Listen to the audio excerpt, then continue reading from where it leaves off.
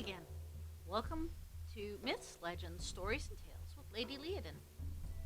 Today we're going to read The Elves and the Shoemaker by Paul Galdone.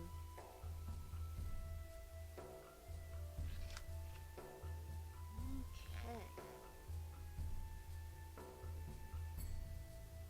There was once a shoemaker who, through no fault of his own, became so poor that at last he had nothing left but just enough leather to make one pair of shoes. He cut out the shoes at night so that he could work on them the next morning.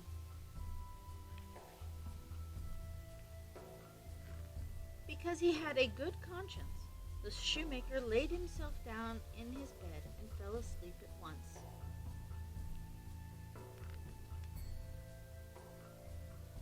In the morning, after he said his prayers, the shoemaker went to his workshop. There he found the pair of shoes made and finished and standing on his table.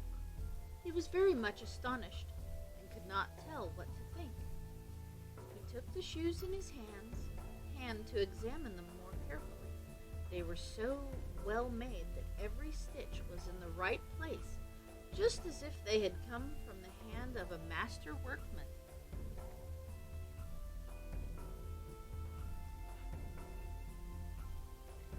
Soon a customer entered, and as the shoes fitted him very well, he paid more than the usual price for them.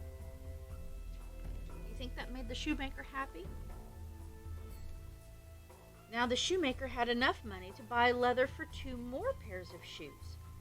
He cut them out at night and intended to set to work the next morning with fresh spirit. But that was not to be, for when he got up, they were already finished. A customer soon bought them and gave the shoemaker so much money that he was able to buy enough leather for 4 more pairs. What do you think's happening? Early the next morning, he found 4 pairs finished also. And so it always happened. Whatever the shoemaker cut out in the evening was finished by morning. And soon he was making a very good living. One night, not long before Christmas, when the shoemaker had finished cutting out the shoes from the leather, he turned to his wife before he went to bed and said, "How would it be if we were to stay up tonight and see who it is that does this service?" His wife agreed and set a candle to burn. Then they both hid in a corner of the room, behind some coats that were hanging up. They peeked out between the coats and began to watch. What do you think they're going to see?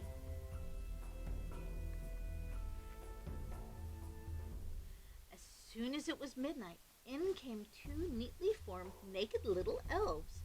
They seated themselves on the shoemaker's table and took up the work that was already prepared, and began to stitch, pierce, and hammer the leather. The elves worked so cleverly and quickly with their little fingers that the shoemaker's eyes could scarcely follow them, so full of wonder was he. The elves never stopped until the shoes were finished and were standing ready on the table. Then they jumped up and ran off. The next morning, the shoemaker's wife said to her husband, "Those elves have made us rich, and we ought to show them how grateful we are. With all their running about, and nothing to cover them, they must be very cold. I'll tell you what, I will make them little shirts, coats, and waistcoats, and breeches for them, and knit each one of them a pair of stockings.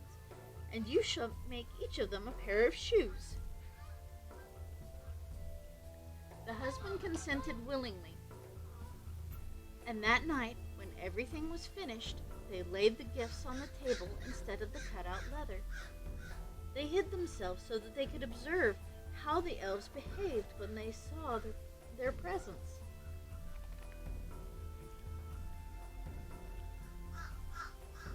At At the stroke of midnight, the elves rushed in, ready to set to work.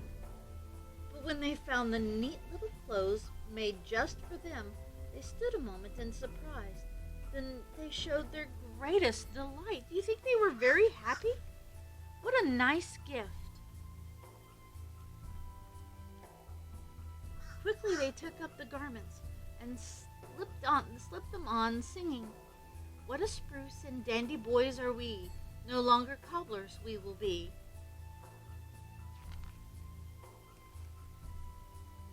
They hopped and danced about, jumping over the chairs and tables.